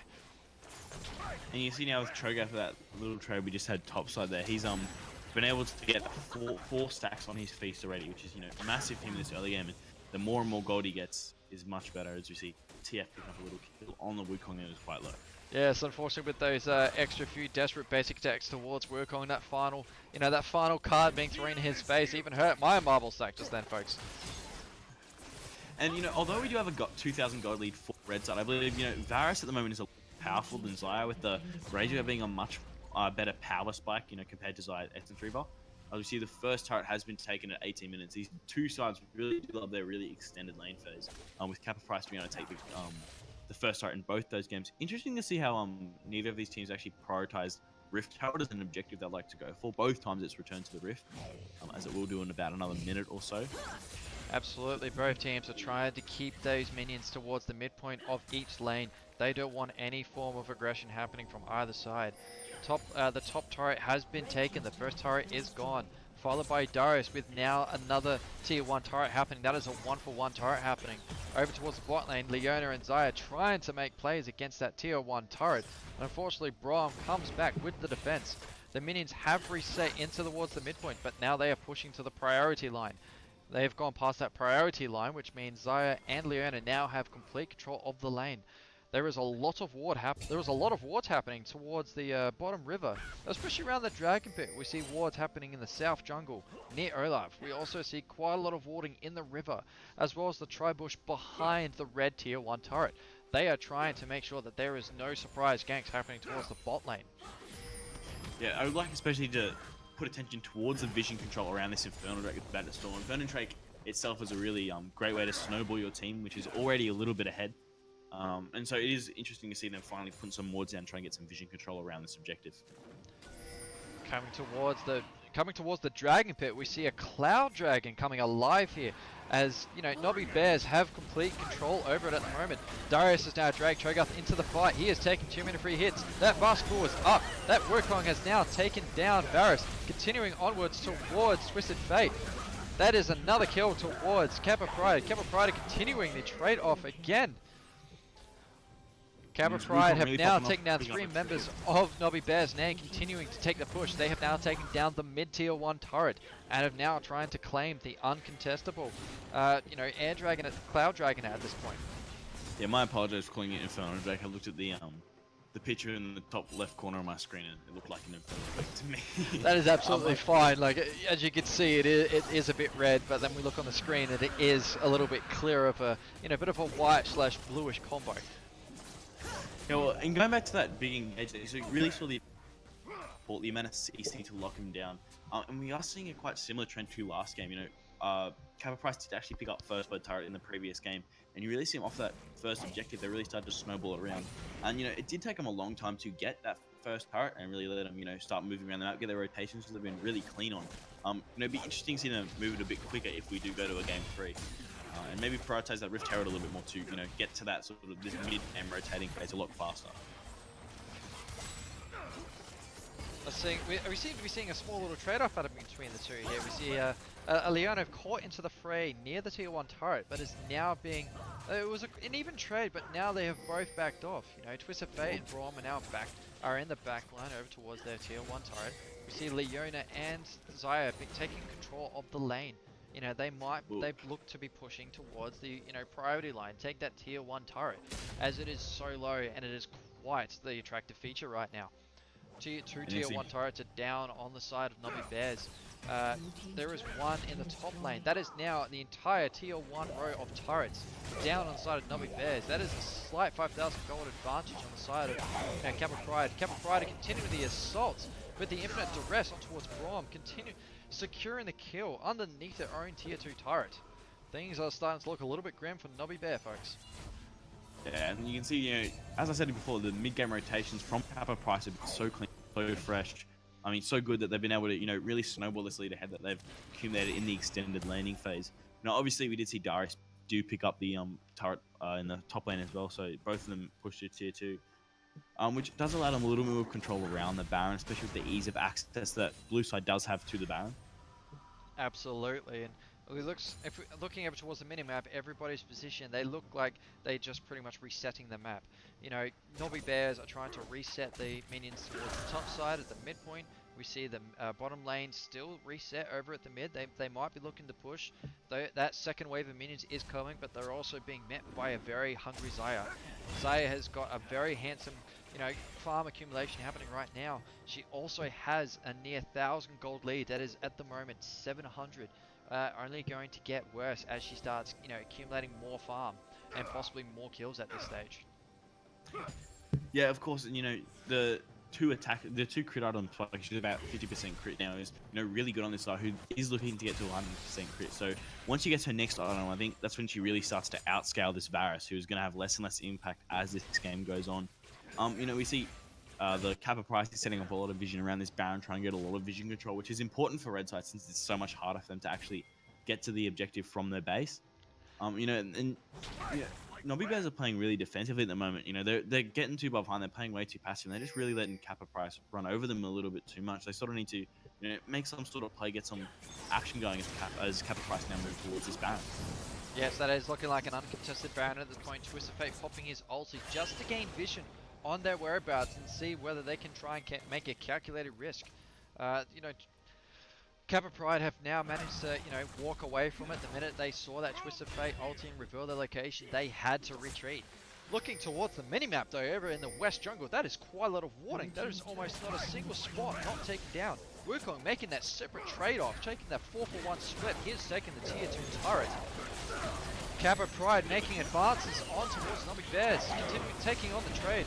Warwick is making plays. That is complete team fight action happening. That is a 1-for-1 trade. That is a 2. That is a 3 count. That is 4 men down right underneath the Baron pit. A very unfortunate catch out by Kappa Pride. That has put them behind and giving Nobby Bears a free Baron buff at the moment. Wukong But making Wukong that has split been push. able to take the inhibitor, which is a bit of an even trade. They've been able to go maybe him off here, but he's level 40 into level 13, and we'll pick up that inhibitor eventually as we see it now. But unfortunately, that is May a go down to complete Olaf. ace for the side of Kappa Pride, and that they are being very aggressive. It is working out for them, but that single Baron catch out just absolutely set them behind just by a little bit. Mid lane is now pushing towards the mid tier 1 turret. Let's And take a it look is over good that to mid see 1 that- turret. That is I going was to gonna say- survive. That is going to survive that turret. It'll be fine, especially because the siege minion has gone down, which takes thing reduced 30% damage from the towers. But in that last team fight, as I said before, it is good to see the Bears go for something aggressive as they are, falling behind. They've really caught up, cut 2,000 gold off that gold lead they had before. And another thing I'd like to point out is that if you do come and watch back this VOD, you see Varus actually did a cheeky auto attack on the Baron. So during that entire team fight, the Kappa Price was actually tanking the Baron as well. So a nice little bit of detail from the Varus there to help put a little bit of extra damage and help his team in that team fight. Absolutely, very good analysis. And as I read towards the Twitch chat, how you doing, Mini Artillery? How you doing, buddy? Back towards the game, we have an even trade-off happening. Twisted Fate making use of his red card to reset the minions over towards the mid lane. That is quite a handsome pickup he has managed to accumulate right there, especially with the stack on his gold passive. That gold passive, he may be behind a little bit, but as we can see towards the gold accumulation, he is quite far behind. That is a 2,000 gold deficit happening between him and Wukong. Wukong has now finally come online. Early game, he was a little bit behind in the kills, but he made up for it in CS, and right now we are seeing a huge advantage as he has 7 kills to 2 assists with only 4 deaths on his team. He may have the most deaths, but that doesn't mean he is not making any team plays right there. He is making plays. It's quite interesting to see, yeah, obviously is, but it's quite interesting to see TF's item choice, especially in this game. Obviously, going Zhonya's first was smart into the Wukong, full AD team, so it's a smart choice as the red side do move towards this Infernal Drake. But, taking Rabadons as a second item on TF is a bit of an odd decision. I'd like to see more either go for, either the rapid fire cannon build or even Luridon's Echo, which is really strong on the TF. Precisely, and that Rabadon's Death Cap is a very risky move. Speaking of risky moves, we see Twisted Fate coming in with the ulti to try and catch out Wukong. That is a definite kill towards Twisted Fate. That ulti did pay off in his favor. Wukong was caught out and unfortunately did have to pay the ultimate price. That is a complete reset happening there in the mid lane. I don't think they're going to take the T1 turret as Kappa Pride have come to the defense and they are now ready to defend that Tier 1 turret. They are trying to prevent, Nobby Bears from being able to do anything at this point. They are able to reset those minions, but they are not able to make any form of objective planning yet. Yeah, they do still have the 4,000 gold lead, so it is going to be really hard for the Bears to come back into this game, as we see Warwick sort of blow a flash there for no reason, which is a bit of a disadvantage there. But the Bears do have really good vision control, so they could definitely slowly get advantages and slowly work their way back into this game. Their vision control is very strong, but we see a lot more red warding happening on the side of Kappa Pride. They have got complete vision over towards that west jungle, which is a very effective move. It is very strong. It is a very calculated, analysis right there. They'll be able to see Nobby Bears coming from very far away, especially when they want that Baron buff. Coming towards the actual west jungle, we seem to have a complete team fight happening. Warwick taking a lot of free hits from Varus. That is a continuous trade. He is still taking free hits. Overlap is just unleashing into him, giving him that kill. Xayah is now on the backline, being forced to run away. Unfortunately, gets caught out by Darius with that 5-man stack and the free swing. Continues the attempt. Darius is making plays. He is gone for a 3-man dive right there. He has taken him down. Olaf is continuing to try and take the attempt on Wukong, but gets fooled by the clone. As now that is almost a free Baron on the side of Nobby Bears once more. Cho'Gath does still have Smite, has his Fisa, which does, I believe, out-damage Olaf's Smite as Olaf moves in to come over there. And his Cho'Gath feast is really on cheeky cooldown forward. actually. Oh, it is so. That was a very sly attempt by Cho'Gath with that knocker, but Varus managed to secure that kill ultimately and giving them that Baron once more. I hope this time around they will be able to make those gameplay advantages, try and claim those turrets that they are so desperately lacking at this point. They may be only a 1,000 gold lead between the two, seeing as Kappa Pride have a lot of objectives accumulating at the moment. The gold accumulation is very similar between the two. The gap is still closing. They used to be a couple thousand gold ahead, but now they are just over 1,000 gold. Nobby Bears may be lacking objectives, but they are making up for it with gold accumulation. And gold accumulation, ultimately, you know, it just equals, you know, better armor, better stats, and you just come back stronger every single time. And that is a tier 1 turret coming down towards the mid lane on the side of Nobby Bears. Nobby Bears are continuing the trade. Darius wailing right into Trogarth, trying to get that 5 stacks. That Dunkmaster loop is up, and he makes the dunk, takes down Trogarth. Yeah, it's, you know, great ultimate being there, you know, not being able to back off, not respecting the damage coming out from blue side by the Nobby Bears here, and you see now having the gold advantage with the blue side, which they haven't had in the past 2 games. So it is good to see him starting to do it now as they look for a catch on Desire there, and she uses the ultimate to get away. A complete trade happening off between both sides. Ultis everywhere. Ultis galore. This is like an Oprah Winfrey session. Just you get an ulti, you get an ulti. Everybody gets an ulti. As we see Twisted Fate unfortunately go down within the mix. Nobby Bears are being forced backwards as they have all lost nearly half of their entire health kits. You see the advantage having the Baron buff there, really being able to siege up that wave and get a lot more impact in. And you know, it's been quite interesting, you know, Nobby Bears have been able to win the last, you know, 2 or 3 team fights despite being so much gold down, even though, you know, they picked up Baron, they've, you know, had 2, you know, massive team fight wins, and they're still down on gold, which really emphasizes how far they were behind before this. It is going to be interesting to see how we go into late game. I believe Zaya is building towards the Blade of the Ruin King, which might be a little bit of an odd item considering, you know, both Darius and Olaf aren't really pure tanks. The only pure tank they have is the Braum. So it's a little bit of an interesting item choice that I, you know, personally go for more crit on the Zaya. But Zaya will eventually outscale this Varus. So it is good to see that, you know, the Bears have gotten themselves back into this game, and hopefully they can end it before the Zaya really comes online and starts popping off. To add on to that, Blade of the Ruin King accumulation, Blade of the Ruin King actually works on, you know, total health, or should I say remaining health. And since they are very healthy champions with very little armor, it is actually going to be a lot of damage adding to her kit, especially with a lot of the attack speed that she has right now. Tier 2 turret goes down towards Nobbies as they are now forced back even further. They have only got 1 outer turret left. They have 2 inhibitor turrets. 1 inhibitor is exposed but is alive at full health. We see more attention happening towards the west jungle as the blue buff goes down to Wukong. They might be looking to make a play here. The Baron buff is still active, but you know, Kappa Pride might be looking to take it out. They might be looking to do something here. You know, they are sort of, you know, taking this goal here to sort of get a little control on Baron, just up in another, I believe, 3 minutes or so. The, you know, next Drake is also spawning, so that's going to be the next, it's an Infernal Drake as well, so it's going to be, you know, really interesting to see who wins the fight around this objective. You know, Nobby Bears, even though they have sort of come back in these team fights, you know, the map is still very much in the advantage of Kappa Price with that obviously exposed inhibitor in the bot lane, compared to, you know, the massive turret advantage they have 6-4 at the moment. So, you know, it'd be interesting for them to sort of if they look to set up a 4-1 split after this Infernal Drake is contested to get Wukong splitting back in that side and try to take that inhibitor while distracting the rest of the team to the top side. Absolutely, and as we see, Warwick has been caught out with the Braum passive, continues to get the stuns. It's ultis galore happening once more. Varus goes down in the mix to Cho'Gath with his ulti down. That is Darius taking 1 kill, Twisted Fate taking down Wukong. Wukong manages to take Olaf with him into the fray, and that is an unfortunate 4-man ace on the side of, you know, Kappa Pride. Kappa Pride are falling behind. That is a free dragon now on the side of Nobby Bears. Twisted Fate using his ulti to head towards the bottom lane and accumulate or take down that tier 2 turret. They are continuing that push. They have taken him out and they are capitalizing on this investment. They are trying to claim objectives as they now have the ability to freely do so.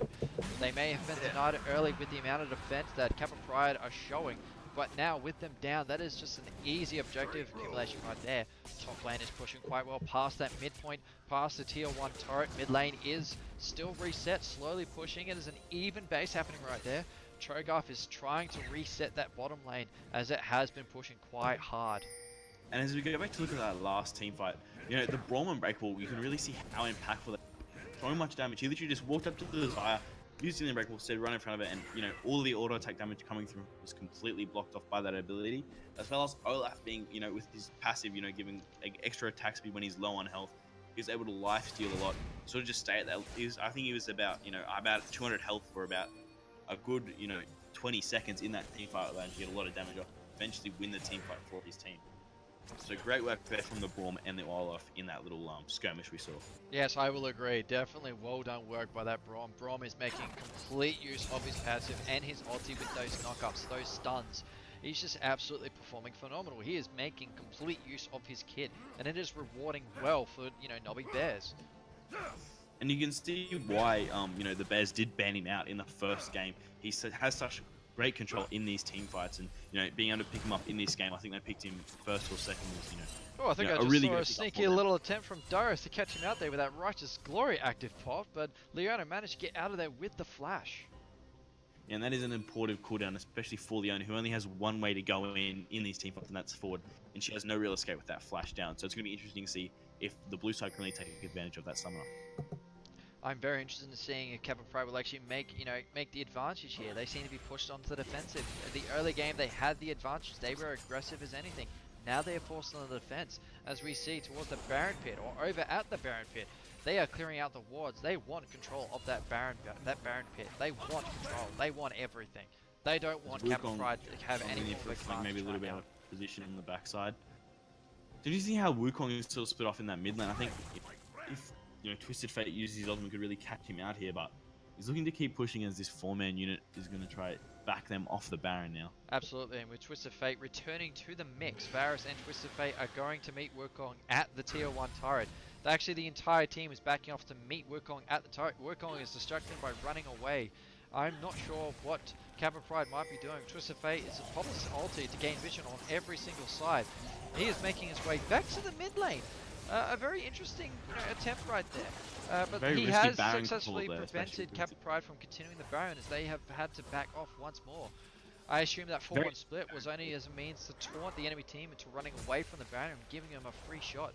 And with that Twisted Fate ulti down, that is quite a large cooldown timer on Twisted Fate's ultimate. That can only mean that this time around, if they continue to try and make that trade with that 4-1 split, and it works once more, Kappa Pride might be able to steal that Baron buff from underneath, Nobby Bear's nose. Coming with the Zealot Braid to catch off Olaf. Olaf has not popped his ulti. He is now being met with Wukong. So by Warwick. Warwick has been trapped under the passive of Braum. Braum shields away from Zaya, preventing any damage from getting through. Twisted Fate popping his ulti to save his neck. That is a complete trade happening here. This is a complete party happening. That is a 1-for-1 trade. That is a double kill from Varus with Leona and Wukong going down. Varus finally gets taken down by Cho'Gath with that chomp. Warwick is continuing the trade against Darius as he saves his hide. Now, for those who are not 100% sure on Warwick, when he gets below 50% health, below 25% health, every single time he attacks somebody, he gains at least 3 times as amount of that damage as healing, and that is only based on his passive damage. His passive activating, which is bonus magic damage. If it is 30 magic damage, he will gain back 90 health just from that single basic attack right there. Especially with having the Spirit Visage, as well in his kit, which allows him to get an extra 40% lifesteal on top of that, as Zaya and Cho'Gath look to take this turret here. As you saw in that game, in that skirmish, the importance of this Braum pick, the Unbreakable able to just stand in front of Zaya and just stop all the damage coming through from him, allowing his AD carry there, Varus, to just take free fire on this team. Unfortunately, the cooldown did expire, and they did get to move through and take over that team fight full of red side. So they do still have a 2,000 gold lead, and that's mainly in the turrets as they're starting to scale up more. It's interesting to see what this Zaya gets as her next item now she's completed that Blade of the King. I agree, and with that, that complete trade-off in the favor of Kappa Pride, they've taken down the second inhibitor turret, and now they look to be taking on the Baron buff. There's 3 at the Baron buff. We see 4 at the Baron buff. Darius is beating Wukong to push him away. Leona is trying to catch him out in the rebound. Cho'Gath is coming in with the teleport, unfortunately is just a little bit behind as they take the Baron buff and is now out of position. Leona is caught out by Darius, continuously met with that glacial fissure happening right there. Wukong coming in with the trade. The redemption is popped as Darius is now caught out. Olaf is there continuously making trade on Cho'Gath. Cho'Gath goes down to Twisted Fate ultimately. Wukong takes down Darius. Olaf takes down Zaya. Wukong with Varus. It is a complete slaughter fest happening here right now, everybody. We see a 2-for-2 battle happening right now. Warwick is now making plays. He has taken down Olaf. He takes down Braum for the double kill. Health bar so low, but you can see the Warwick passive really coming online there. That Baron was a really great choice for the as their, great shot calling to really just go on it, especially with the mountain break they have, giving them a little bit of extra damage to those neutral objectives. Knowing that, we shouldn't really focus the wards here, we should really just, focus on the Baron, try to burst it down as quickly as possible before Absolutely, Kappa with Price that- had a chance to react. Absolutely, with Nubby Bears 4-man down with only 1 Baron buff remaining towards, Twisted Fate popping his ulti to get vision on what they might be doing. He's having a little sneak peek, and he sees Warwick Leona over at the Elder Dragon. He has teleported over in their direction. He looks to try and make a pick. He is dancing back and forth between the river and that bush. Warwick and Leona are still running uncontested. Twisted Fate is trying to make some poke with throwing some cards around, but unfortunately his don't think he can do blackjack much if he skills are jumps in not now. making well. Trogarth is trying to keep him out of play as he tries for the knockup. That is continuous. That is still happening. We're still seeing an Elder Dragon trade happening. Another round of cards happening. Unfortunately, he did not hit that blackjack. That is a free That is a free Elder Dragon buff towards the side of Kappa Pride. Kappa Pride now have that bonus stat advantage. They have an Infernal Drake. They have an a Cloud Drake. That is a double stat bonus for those two right there. And you can really see, the flow-on effect of that team fight before. Braum actually in that skirmish around the Baron pit we saw just before didn't actually get his Unbreakable off, in front of him in such a good position for the Xayah, and the Xayah was able to maneuver around it. So you could see the influence of just getting that late game damage through, she's now picked up a Mortal Reminder as well, which is a really good pickup. Interesting to see, hopefully Varus picks up the Mortal Reminder as well, which will obviously stop all of Warwick's lifesteal and will really make him fall off hard, which is why Warwick in himself is a champion that falls off super duper hard late game because he loses that extra lifesteal. Yes, and both actually that Mortal Reminder for Varus would be very effective for his whole team, as possibly nearly everybody on the side of Kappa Pride have a form of health regeneration. We have a Night Spell for Leona. Oh, Warwick coming in with the Infinite Duress onto Darius. That is another ulti from Leona to try and continuously get the stun. A redemption has been boxed. Darius goes down within the mix. That is a continuous trade. Warwick unfortunately goes down. So Darius with that, with that blood pot happening, there seems to be another trade happening. That is 4 men down on the side of Nobby Bears again. With Twisted Fate, the only man remains standing. His blackjack cards are still harnessing very well, and he is remaining alive. Unfortunately, that might not be enough, as they are now making way for the second inhibitor. This might be another game ender here on the side of Kappa Pride. Kappa Pride have proven well to end the game very quickly when they are within Nobby Bears baseline.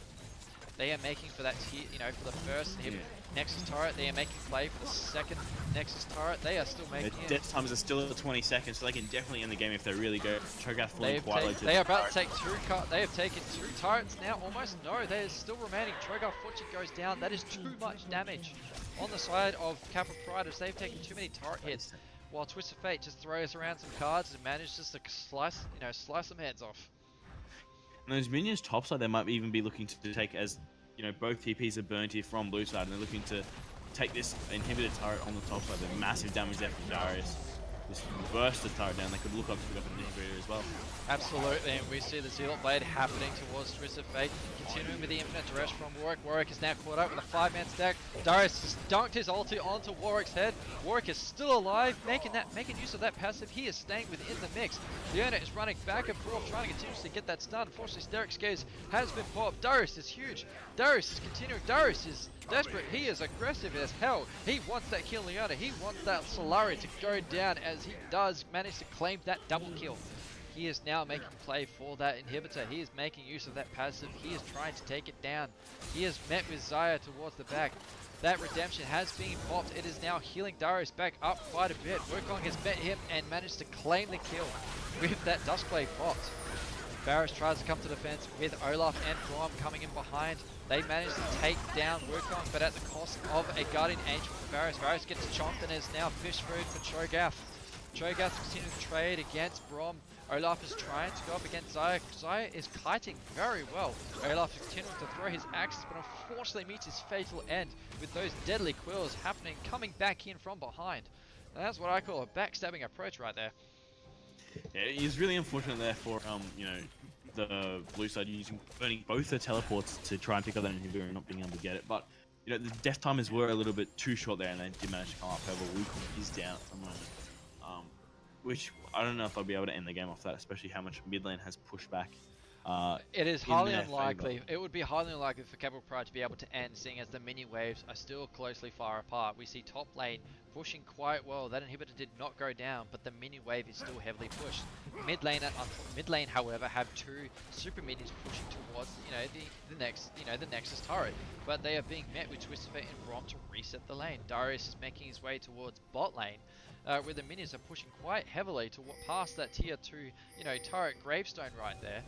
Darius decides to back off last minute as Varus wants to claim that farm right there. Twisted Fate has popped his ulti to gain vision on the entire side of Kappa Pride, and reveals only that they have actually been playing passive at this point. Yeah, well, you can see the advantage from two inhibitors down for the red side. The super minions will obviously push themselves, so they'll be looking to either a move towards this Baron here, or hopefully they see even try to 5-man push down this tier 2 turret in the top lane and then peel back to Baron. Which would be a really smart play from, I think, because the super minions in the side lanes will passively push into them because of just the superior health advantage, and obviously the buff that the super minions do give to the caster and melee minions around them as well. And speaking of buffs and surroundings, we see a lot of ward coverage happening on the side of Kappa Pride with that Baron buff coming back alive as he swims around the holes and comes up through the center, readying himself for another round of combat. We see quite an offensive play happening there from Leona and Warwick, to try and push back Olaf from being able to get any wards happening out there. They are trying to reset those lanes. They are trying to reset the camps right there, but unfortunately they are met with a very formidable trade-off, or should I say dance-off, between both teams right there. We see one man out of position, so that is a 4v5 trade-off in favor of Kappa Pride, as Twisted Fate is trying to reset bot lane. Unfortunately, with those super minis active, it can be quite the formidable task. And really all Kappa Price have to do now is really just stall out around this Baron, because eventually the super minions are going to create so much pressure that they are going to have to back off to deal with them, or even lose their inhibitor turret to maintain some pressure on this Baron. So it's really great map pressure being applied here from Kappa Price, really forcing them into making some quick decision making, really forcing the Bears to make some quick decision making to keep this series alive. Absolutely, and we could see towards the mid lane that Wukong was trying to make an attempt towards, I don't know what he was trying to do. I think he was just trying to keep the minions pushed. Now the middle inhibitor has respawned, putting Nobby Bears in a more comfortable position. But unfortunately, Kappa Pride are now at the Baron pit, trying to make play for that Baron. The Twisted Fate ulti has been popped, the vision has been seen. All of Kappa Pride has now been exposed. They are now put in a more defensive position, as they are now having a 5v5 dance-off between both Nobby and Kappa Pride, but they are still making way for the turret, as they are still unsure as to what's going on. They feel confident in taking this Baron buff. Now they have actually baited that Baron attempt to try and get Braum out of the mix. Braum has now taken quite a lot of damage. We see Darius almost down. Braum is facing his Unbreakable in the wrong direction, and as unfortunately Zaya is taking, he's dishing a lot of damage. Wukong is taking a lot of hits and is running backwards. Unfortunately, dies in the backline. Zaya claiming the triple kill for Kappa Pride. That should be the game for Kappa Twisted Price now Fate as well. is still the only man alive, as now he is being met by... Oh, he has now popped that Sonya's, putting him a little bit behind. But Warwick managed to get the final drop and claiming a feast. And that should be the game there for Kappa Price. They look to now push down this mid lane. Death time is still really long at this point in the game, and they should be able to finish it off. Absolutely, and with the mid lane actually, meeting up with them just past the midpoint, they are now pushing towards that middle inhibitor. They are taking down that middle inhibitor. They are going to continue that push all the way to the Nexus turret. Warwick is taking a lot of damage, but he is, soaking it up with his damage reduction. And that is game 2 to Kappa Pride and the end of the series for tonight, everybody. You see the impact in that last team fight of Braum being able to put the Unbreakable in the right spot, and Zaya being able to dish out so much DPS in that last team fight, bursting down the tanks extremely quickly and really turning that fight around for her team. Absolutely, and as we take over to the graph of the actual damage stats here, what do we seem to see here? I'm just still loading into it, but I'm going to assume there's going to be a lot of damage to the Varus, because there was a lot of damage blocked by the Braum in those team fights, but Zaya dishing out the most damage in the game. The most damage on her team with the 55,000 damage, especially in those late game team fights. When Braum didn't get his ultimate off properly, she was able to put so much damage through Braum, through the Olaf, and through the Darius, and really, close those team fights out for her team, allowing Leona and Wii to dive onto the squishies and finishing them off. TF as well has had a great game, 63,000 damage. Most of that was probably in that sort of early laning phase where he had great lane domination over the Wukong. which is obviously the nature of a ranged inter-melee matchup. But that is the game for tonight. Kappa Price will take the series 2-0. A little bit more contested that second game than the first one. It was really good to see the team fight builds, and the Twisted Fate build is really interesting actually. Going for Frozen Heart, no Luridans and no Rapid Fire Cannon either. But that will be the series tonight. Thanks for tuning in, everyone. I'll let Lux sign us off for tonight, but appreciate you all tuning in to watch us cast this game between these two sides in Division 3. Absolutely, and looking over towards the graph of the stats to paint a bit more of a clearer picture for everybody, Varus actually did not accumulate the most damage, didn't actually take the most damage for his team. He actually accumulated the second least. The person who claimed the least damage was actually Twisted Fate. So Twisted Fate proved to be very aggressive, as well as being able to, stay out of any form of damage mitigation happening right there. So well done to both teams. A special thank you to Kappa Pride for showing us a very impressive fight and taking the 2-0 series tonight. I am Lux. I am joined with my co-star Replays, and we really hope everyone who is watching tonight has a safe night. Good night, everybody, and Lux out.